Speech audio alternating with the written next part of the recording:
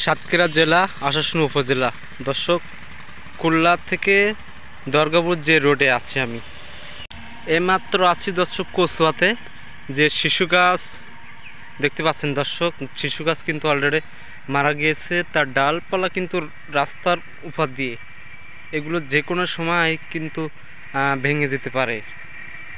আমি রাস্তার মাঝখানে দর্শক, গাছগুলো দেখতে পাচ্ছেন ফুল রাস্তার পাশ দিয়ে ভেঙে যদিও পারে, রাস্তায় কিন্তু পড়বে। রাস্তা দিয়ে বিভিন্ন গাড়ি, যানবাহন, গাড়ি কিন্তু চলে, যেমন মোটর সাইকেল, ভ্যান, রিক্সা, যেগুলো সাইকেল, যেগুলো সেগুলো মানুষের যানবাহন যেগুলো চলে আর কি।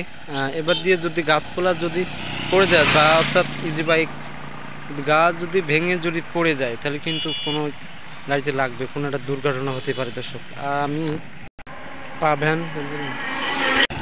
আমি প্রশাসনকে দৃষ্টি করে বলবো, আপনারা একটু দেখে যান, এই গাছ ঝুঁকিপূর্ণ হয়েছে। যে কোনো একটা আইন ব্যবস্থা নিয়ে আপনারা একটু ব্যবস্থা করে দেবেন। স্থানীয় মানুষজন অধিকাংশ কিন্তু অসুবিধার ভিতরে আছে। সাধারণ মানুষ চলছে, সাধারণ মানুষ চলাফেরা করছে, কিন্তু তাও অধিকাংশ রিক্সের উপরে। মোটর সাইকেল, বাইসাইকেল যদি দিয়ে যায়, যদি বাইসেস ডাল ভেঙে পড়ে, তাদের গায়ে পড়ে, কিন্তু অনেকটা দুর্ঘটনা হতে পারে দর্শক। অনেক ঝুঁকিপূর্ণ হয়ে গেছে এই গাছটা এলাকা। আমি আপনাদেরকে একটু দেখানোর চেষ্টা করছি গাছের অবস্থা।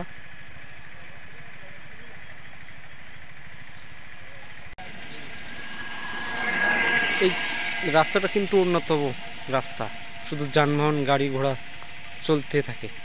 এ ছিল শেষ আপডেট।